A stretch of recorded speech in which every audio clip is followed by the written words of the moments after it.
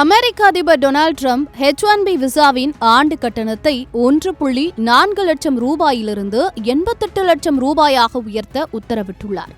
இதன் மூலம் அமெரிக்காவில் வெளிநாட்டு நிபுணர்களை பணியமர்த்த விரும்பும் நிறுவனங்கள் ஆண்டுக்கு சுமார் 1 கோடி ரூபாய் வரை செலவழிக்க வேண்டிய நிலை உருவாகியுள்ளது. திறமையான வல்லுநர்கள் மட்டுமே அமெரிக்காவிற்குள் வர வேண்டும் என்பதே இக்கட்டண உயர்வின் நோக்கம் என்று ட்ரம்ப் விளக்கினார். மேலும் அமெரிக்க ஊழியர்களுக்கு முன்னுரிமை அளிக்க வேண்டும் என்றும் அவர் வலியுறுத்துகிறார். H-1B விசா பொதுவாக தகவல் தொழில்நுட்ப துறையில்தான் அதிகம் பயன்படுத்தப்படுகிறது. இது தொடக்கத்தில் 3 ஆண்டுகளுக்கு வழங்கப்பட்டு அதிகபட்சம் 6 ஆண்டுகள் வரை நீட்டிக்கப்படலாம். ஸ்டெம் துறைகளில் சிறப்பு அறிவு பெற்றவர்கள் மட்டுமே விண்ணப்பிக்க தகுதியானவர்கள். தற்போது வருடத்திற்கு 85,000 விசாக்கள் கணினி குலுக்கல் முறையில் வழங்கப்படுகின்றன.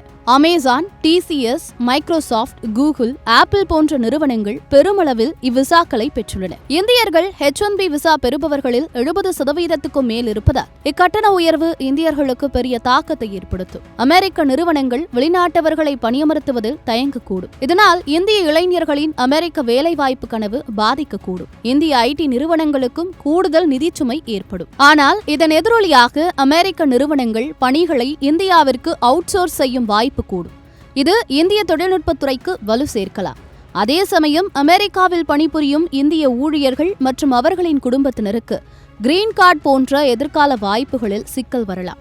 மொத்தத்தில் H-1B விசா கட்டண உயர்வு இந்திய திறமைசாலிகளுக்கு தடையாகவும் இந்திய IT துறைக்கு புதிய வாய்ப்பாகவும் அமையக்கூடும்.